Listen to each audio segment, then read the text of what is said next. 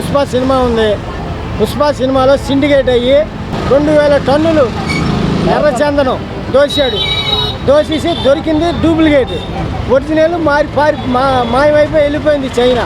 అట్లాగే వీళ్ళు కూడా చేశారు. 16,000 కోట్లు పవన్ కళ్యాణ్ ఇంకెవరికి ఇచ్చి ఉంటాడు, అందుకే మోసం అని అంటున్నాడు. జగన్ ప్రభుత్వంలో అలాంటివే జరగలేదే. పాపం గోడ కూలిపోతే కూడా పవన్ కళ్యాణ్ అంటున్నాడు, ఏమని అంటున్నాడంటే, జగన్ ఈ గోడ నువ్వే కట్టించావు, నీ వల్ల పడిపోయిందా అండి. ఎలా పడిపోతే వీళ్ళు కట్టిస్తే జగన్ వాళ్ళు ఎలా జగన్ ఏమైనా తోసాడా లేకపోతే ఏంటి? ఆయన అనేదాంట్లో అబద్ధం లేదు, ఆయన అబద్ధం ఆడవు, ఆయన అంతా తెలుసుకొనే బయటపడతాడు. రేషన్ డిపోలో ఉంటే ఆ రేషన్ డిపో ఎప్పుడు ఖాళీ ఉంటే అప్పుడు వరుస పెట్టి తెచ్చుకునేవాడు. ఇప్పుడు ఏంటి, వ్యాన్ వచ్చినప్పుడే వెళ్ళాలి. డీలర్ దగ్గరికి వెళ్ళి తీసుకోవడం అనేది రైట్ అండి. దానికి ఒక టైం ఉంటుంది, బోర్డు వేసి ఉంటుంది, పలానా టైం హౌస్లో ఎవరైతే ఎలిజిబుల్ వాళ్ళకి తెచ్చుకునే అవకాశం ఉంటుంది. ఈ వ్యాన్ అనేది పరమ వేస్ట్ నా దృష్టిలో. నా పవన్ కళ్యాణ్ గారు మాట్లాడుతూ వైసీపీ హయాంలో 16,000 కోట్లు రేషన్ బియ్యంలో షార్టేజ్ వచ్చింది మొత్తం కూడా అని చెప్పేసి కూడా అంటున్నమాట. మీరేం చెప్తారు? 16,000 కోట్లు వచ్చిందా? తప్పేమో మరి. 16,000 కోట్లు ఎలాగొస్తుంది? అందరికీ రేషన్ బియ్యం తొంబేసుకొని డబ్బు ఇది ఇస్తాడు రేషన్ బియ్యం.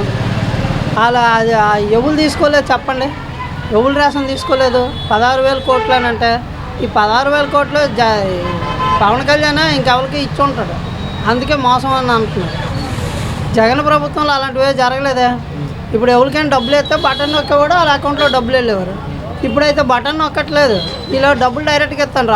వాళ్ళకి ఎంతమందికి ఇస్తాండ్రు, ఎంత ఇస్తాండ్రు, వాళ్ళు ఎప్పుడైనా స్టేట్మెంట్ తీసుకున్నారండి? ఇంతకుముందు వాలంటీర్లు ఉండేటప్పుడు సపోజ్ నాకే ఇచ్చారనుకోండి పెన్షన్, నేను తొంభేస్తేనే నీకు 3,500 ఇదిగో అని చెప్పేసి ఇచ్చేవారు. ఇప్పుడు 3,500 ఇస్తాండ్రు, 3,000 ఇస్తాండ్రు, ఎంత ఇస్తాండ్రు వాళ్ళకి ఏం తెలుస్తుంది, ఎంత ఇచ్చాండ్రు.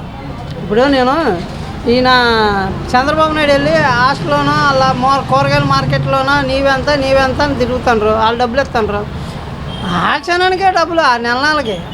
ఈయన ముఖ్యమంత్రి పని చేయట్లేదు, వాలంటరీ పని చేస్తాడు. అది వైసీపీ హయాంలో వైసీపీ పెద్దల మొత్తం కూడా రేషన్ వ్యాన్లకు గ్రీన్ సిగ్నల్ ఇచ్చారు అక్రమాలకు సంబంధించి కూడా అని చెప్పి పవన్ కళ్యాణ్ గారు అంటున్నారు. వైసీపీ హయాంలో రేషన్ కార్డులు ఎవరికి ఫ్రీగా ఇవ్వలేదండి. అది కూడా డబ్బులు కట్టించుకొని వాళ్ళ జీతం ఒక 20,000 అయితే ఆ 20,000లోన కొంత అమౌంట్ ఈయన కట్టుకోమని ఇచ్చున్నారు. ఆయన ఇప్పుడు ఎవరికి కూడా 10,000కి మించి శాలరీలు లేవు. ఇప్పుడు 25,000 అంత శాలరీ ఇస్తానంటే వాళ్ళు అమ్ముకోవడానికి, వాళ్ళ తాలూకు పని చేయడానికి, అలాగే అమౌంట్ కట్టడానికి. మరి వీళ్ళు ఫ్రీగా ఇస్తానని అంటున్నారు కదా జూన్ 1 ఎంతవరకు నిజం అనేది వాళ్ళు అమలు చేయలే. వాళ్ళు ఇచ్చిన హామీలను అమలు చేయట్లేదు, ఇంకా కొత్త హామీలను పెడుతున్నారు. ఎలా ఉంటుందో మరి చూడాలి. మరి జూన్ 12 పిల్లలకి తల్లి కొందరము, ఆడవారికి, ఒంటరి మహిళలకు కొత్తగా వితంతు పెన్షన్లు కూడా ఇస్తామని చెప్తున్నారు కదా. అది అంతా మీరు ఒక పని చేయాలి, వెయిట్ అండ్ సీ. అదే ఇప్పుడు సూపర్ 6 బాగా అమలు కాలేదు, ఇంకా మిగతా 2 కూడా అమలు కావాలని అంటే ఆయన ఒకటే అంటున్నాడు పాపం చంద్రబాబు నాయుడు, ఖజానాలో ఖాళీ డబ్బులు లేవని అంటున్నాడు. ఇంకొకటి ఏంటంటే ఫస్ట్ జగన్మోహన్ రెడ్డి ఇది చేసేటప్పుడు సీఎం పదవి ఎక్కేటప్పుడు ఆ ఖజానాలో ఉన్నవి 100 కోట్లే. ఆ 100 కోట్లు ఎలా చేయాలని అప్పుడు ఆయన ఆలోచించాలి, ఆయన ఆలోచించలేదు. ఇప్పుడు ఈయన వచ్చేసరికి స్టార్టింగే 8,000 కోట్లు ఉన్నాయి ఖజానాలో. 8,000 కోట్లు మరి ఏడు చేశాడో ఏటో తెలియదు. పేదవాళ్ళకి ఇల్లు కట్టిస్తానన్నాడు. పాపం పేదవాళ్ళ ఊళ్ళో వీళ్ళందరూ ధనవంతులు, పాపం చంద్రబాబు నాయుడే పేద. ఎందుకనంటే అమరావతి వెనకాల 10 ఎకరాలు పొలం కొనుక్కొని అక్కడ ఇల్లు కట్టించుకుంటాడు. ఇల్లు కట్టించుకున్నాడు కానండి పంచభూతాలు కూడా సహకరించట్లేదండి పాపం. ఎందుకనుకున్నారు? అమరావతి స్టేట్గా క్యాపిటల్ అమరావతి అని అన్నాడు ఆయన. అమరావతి మొన్న ఇచ్చేసాడు కదా, ఓపెనింగ్ రిబన్ కటింగ్ చేశాడు కదా, మళ్ళీ రెండోసారి వర్షాలు తెగ పడుతున్నాయి అవన్నీ ముంచడానికి. మొన్న రీసెంట్గా పేపర్లోనో టీవీలోనో వచ్చింది, అసెంబ్లీ ఉంది కదా సచివాలయం, అది కింద పడిపోతుందట మీదన కప్పులు. ఆయన మరి కట్టిందే కదా, ఇంకా ఎంత స్ట్రాంగ్గా కట్టాడో. అదొకటి, సింహాచలం గోడ ఒకటి చాలా స్ట్రాంగ్ కట్టాడు. పాపం జగనే తెలియదు, అంతే. జగన్కేం తెలియదు. ఎందుకనంటే వీళ్ళే కడతాండ్రు, వీళ్ళు కట్టిన హయాంలో వాళ్ళు చేశారు, ఏం చేశారు. పాపం గోడ కూలిపోతే కూడా పవన్ కళ్యాణ్ అంటున్నాడు, ఏమని అంటున్నాడంటే, జగన్ ఈ గోడ నువ్వే కట్టించావు, నీ వల్ల పడిపోయిందా అండి. ఎలా పడిపోతే వీళ్ళు కట్టిస్తే జగన్ వాళ్ళు ఎలా జగన్ ఏమైనా తోసాడా లేకపోతే ఏంటి? చేయలేదు కదా. అది మరి ఇప్పుడు జగన్ ప్రభుత్వంలో ఉన్నప్పుడు పిల్లలకి అమ్మఒడి కానివ్వండి, మహిళలు చేయూత కానివ్వండి, ఆ పథకాలు వచ్చాయి. ఇప్పుడు సూపర్ 6 అన్నారా, ఇంప్లిమెంట్ అవ్వట్లేదు కదా, లేట్ అవుతుంది ఇంప్లిమెంట్ చేయడానికి అంటారు. మీరేం చెప్తారు రెండు ప్రభుత్వాల మధ్య? మన చంద్రబాబు నాయుడు గారు ఒక మాట అన్నారు. ఏమని అన్నారంటే, అప్పు ఇవ్వడానికి ఎవరు ముందుకు రావట్లేదు, మీరు ఏదైనా అంటే అది డబ్బు సంపాదించే మార్గం నా చెవిలో చెప్పండి, వెంటనే మీకు రిలీజ్ చేస్తామని అన్నాడు. మరి ఈ విషయంలో మనం తెలుసుకోవాల్సింది ఏంటంటే, ఈ యొక్క అప్పు ఇస్తారని అంటే వాళ్ళకే తెలియాలి, మంత్రులకి తెలియదు. ఇప్పుడు ఎందుకనంటే వీళ్ళు హామీలు ఇచ్చేయడం బాగా అలవాటు అయిపోతుంది. నెరవేర్చడం తర్వాత సంగతి. ఒకటి ఇప్పుడు కొత్తగా రేషన్ కార్డులు ఉన్నాయి. ఆ రేషన్ కార్డులు కూడాను ఎవరికి ఇస్తారో ఏదో తెలియదు. అది వాళ్ళ తాలూకా ఇదే. ఎందుకనంటే ఫెయిల్యూర్ అయితే ఉందండి, ఇదైతే లేదు, సక్సెస్ అయితే లేదు. 100% ఫెయిల్యూర్లో ఉన్నారు వీళ్ళు. ఎందుకనంటే ఏదైనా ఇస్తామనంటే మీరు మగోడిగా ఇద్దామనుకుంటే ఇవ్వండి, జనాలు మిమ్మల్ని చూస్తారు. ఇప్పుడైనా కూడాను రేపు పొద్దున్న ఎవరేమవుతారో తెలీదు. ఇప్పుడు చంద్రబాబు నాయుడు ఉన్నారు, నెక్స్ట్ జగన్ ప్రభుత్వం వచ్చిందనుకోండి, అప్పుడు వీళ్ళకి చిన్న సినిమా చూపిస్తారు.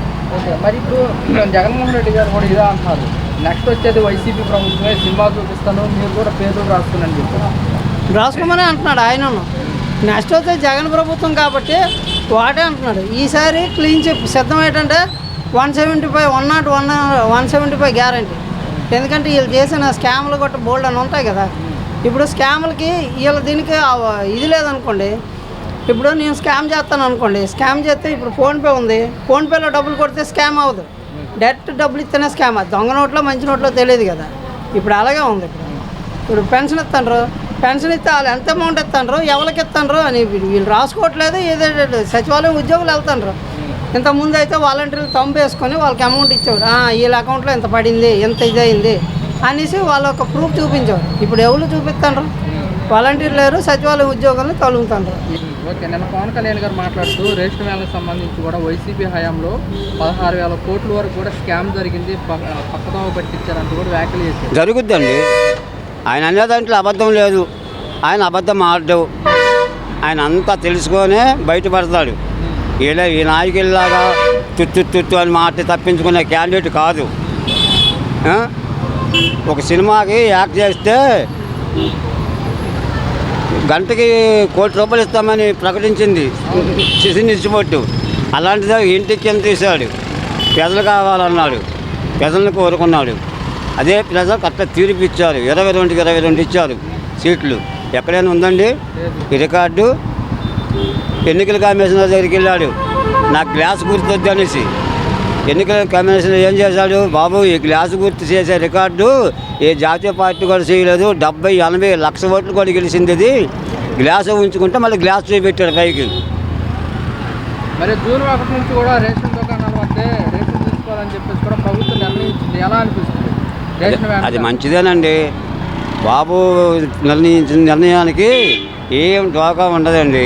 ఇతర దేశాల వాళ్ళు కూడా బాబుని మెచ్చుకుంటున్నారండి. రాష్ట్రం మన అభివృద్ధి ఎలా చేస్తున్నామనేసి. ఏదో బాధలు పడుతున్నాడు, తెచ్చుకుంటున్నాడు అప్పు, ఏదో చేస్తున్నాడు. 5 సంవత్సరాల కాంచి రాష్ట్రంలో రాజధానిని పరిపాలించాడు. ఏమని చెప్పుకుంటామండి రాజధాని? రేషన్ వ్యాన్కి సంబంధించి కూడా 16,000 కోట్లు స్కామ్ జరిగిందని పవన్ కళ్యాణ్ గారు అంటున్నారు.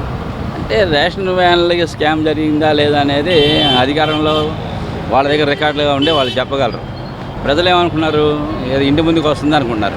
కానీ రేషన్ డిపోలో ఉంటే ఆ రేషన్ డిపో ఎప్పుడు ఖాళీగా ఉంటే అప్పుడు వరుస పెట్టి తెచ్చుకునేవాడు. ఇప్పుడు ఏంటి, వ్యాన్ వచ్చినప్పుడే వెళ్ళాలి. వ్యాన్ వచ్చే రోజు పని ఉంటే ఆపేసుకోవాలి. ఆపుకొని ఆ రోజు కూలి పోగొట్టుకోనో లేదా ఇంకోటి లేట్ అయ్యి చేసుకోవాలి.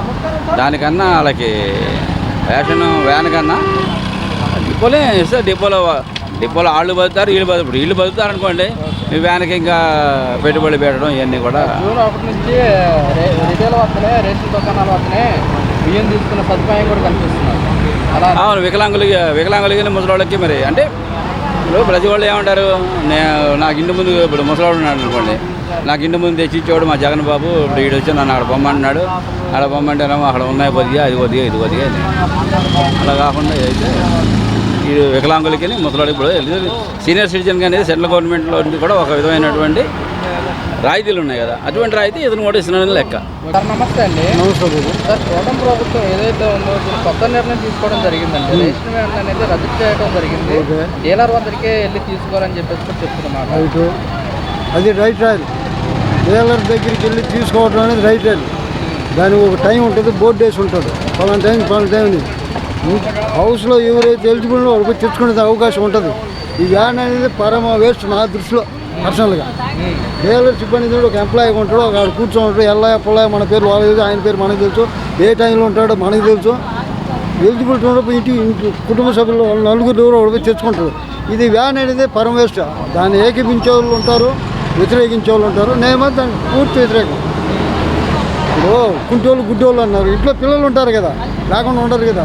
రేపు ఇంటి దాకా వచ్చేసాం అన్నం కూడా ఉండి నోట్లో పెడితే వాళ్ళు మంచి వాళ్ళు అంటే అట్లా మన పని మనం చేసుకోవాలి. అంతేగాని డీలర్షిప్ 100% కరెక్ట్. అది నిన్న డిప్యూటీ సీఎం పవన్ కళ్యాణ్ గారు కూడా మాట్లాడుతూ వైసీపీ హయాంలో రేషన్ వెహికల్ వల్ల 1600 కోట్ల స్కామ్ జరిగిందంటూ కూడా వ్యాఖ్యలు చేశారు. స్కామ్ జరిగి ఉంటుంది, జరగకపోతే జరిగిందని చెప్పరు కదా వాళ్ళు. అప్పుడే ఇప్పుడు చూస్తున్న ఒక్కొక్కరు తప్పు చేసిన లోపలికి వెళ్ళిపోతున్నాడు. ఎవడైనా మన కొడుకు కానీ తండ్రి కానీ బిడ్డ కానీ ఎవడైతే తప్పు చేసి ఖచ్చితంగా అనుభవించి తప్పదు. అది స్కాముదే అందరికీ తెలుసు. ఇంతకుముందు పంచడాలు తీసుకోవటాలు పథకాలు చూసాం కానీ అభివృద్ధి పనులు ఏది చూడాలి మనం. ఇప్పుడు బాగుంది. అప్పుడు వైసీపీ హయాంలో ప్రతి ఇంటికి రేషన్ వెళ్ళేది అన్నారు. కాకపోతే రేషన్ వెళ్ళలేదు, వీధుల్లోకే బండి పెట్టేసి వరుసగా క్యూలో నిలబడి తీసుకున్నారని చెప్పి వాస్తవం. నేను ఒకటి ఈదిలో ఉంటాను, నాకు లేదు రేషన్ కార్డు. ఎక్కడో పెట్టి ఆడు పరిగెత్తుకుంటూ పోయి క్యూలో నిలబడాలి. ఎందుకులే రకరకాలుగా వాళ్ళు ఇచ్చేటప్పుడు చేస్తూ ఉంటారు. అది నాకు కొంతమంది ఆన్లైన్ పని చేయదు, డీలర్ అంటే వాళ్ళకి ఆన్లైన్ లేదా. ఇది ఏదైనా బాబు ఒక ఫీలింగ్తో చెప్పడం కాదు. Dealership excellent. అయితే వ్యాన్ చేయటం అనేది సరైన పద్ధతి కాదు. అది కోరుకోవటం కూడా ప్రజలు సోమరిపోతులు అవడం తప్పితే ఇంకేం లేదు. దానికోసం కాసుకొని ఉండాలి. ఆయన ఎప్పుడు వస్తుంది కాసుకొని ఉండాలి. ఇది అట్టకాదు కదా, పలానా టైం మనకు తెలుసు. ఆ టైంకి పోయి మనం ఎలిజిబిలిటీ ఉన్న వాళ్ళు మనం తెచ్చుకుంటాం. చెప్పండి. చూసుకుంటే కనుక మనకి జూన్ 12న పిల్లలకి తల్లికి వందనం వేస్తామని చెప్తున్నారు. ఆగస్టు 15న మహిళలకు ఉచిత బస్సు ప్రయాణం అంటున్నారు. ఎలా అనిపిస్తుంది? చేస్తారు, నమ్మొచ్చు. ఏంటంటే వాళ్ళు ఉండే పనితీరుని బట్టి, వాళ్ళు చేసే వ్యవహార శైలిని బట్టి ఖచ్చితంగా చేస్తారు. కాకపోతే కొంచెం 10 రోజులు అటు ఇటు వద్దామని వాళ్ళు అనుకుని ప్రతిదీ బాగా శుద్ధంగా చేస్తున్నారు.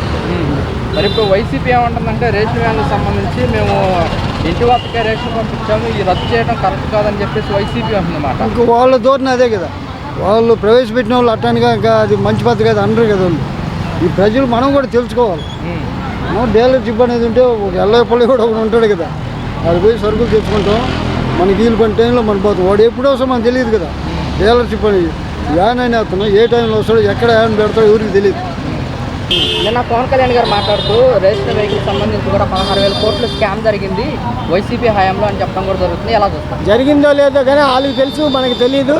జరిగిందని మాత్రం అంటున్నారు. అది దీనికి సంబంధించి కూడా వైసీపీ హయాంలో పెద్దల హస్తం ఉంది, దీంట్లో అక్రమ రవాణాలకి గ్రీన్ సిగ్నల్ ఇచ్చారని చెప్పేసి కూడా పవన్ కళ్యాణ్ గారు అంటున్నారు. ఏమి లేకపోతే ఎలాగెళ్తుందండి? అక్రమం పెద్దోళ్ళ చేతుల్లో ఉండవనే కదా అన్నీ జరిగేది. ఇప్పుడు పుష్ప సినిమా ఉంది. పుష్ప సినిమాలో సిండికేట్ అయ్యి 2000 టన్నులు ఎర్రచందనం దోసేసి దొరికింది డూప్లికేట్. ఒరిజినల్ మాయమైపోయి వెళ్ళిపోయింది చైనా. అట్లాగే వీళ్ళు కూడా చేశారు. ఎలక్షన్లో ఒక్కొక్కరికి ఇంటింటికి ఎంత డబ్బు ఇచ్చారు. వైసీపీ నాయకులు బాగా దాచుకున్నారు. అదంతా ఒకటి బయటపడితే కొద్దిగా ప్రజలకు మంచి జరుగుతుందని నా ఆలోచన. బండితో అది మంచిది కాదు. స్టోర్కి తీసుకున్నాం. స్టోర్కి వెళ్ళి తీసుకోవడం మంచిదంటారా? టైము ఎక్కడున్నా అనుకో ఏ టైం కూడా తీసుకోవచ్చు. ఈ బండి అంటే వస్తాడు, వీధిలో ఎడతాడు, ఎక్కడి నుంచో రావాలి. ఆడు పనులకి వెళ్ళిపోయినా ఏదైనా మన బండి అయిపోయిందంటే మరెవరు. అదే జూన్ 1 నుంచి కూడా స్టోర్ వద్దకు వెళ్ళి రేషన్ తీసుకోవడం కంపెనీ జరుగుతుంది. ఎలా బాగుంది.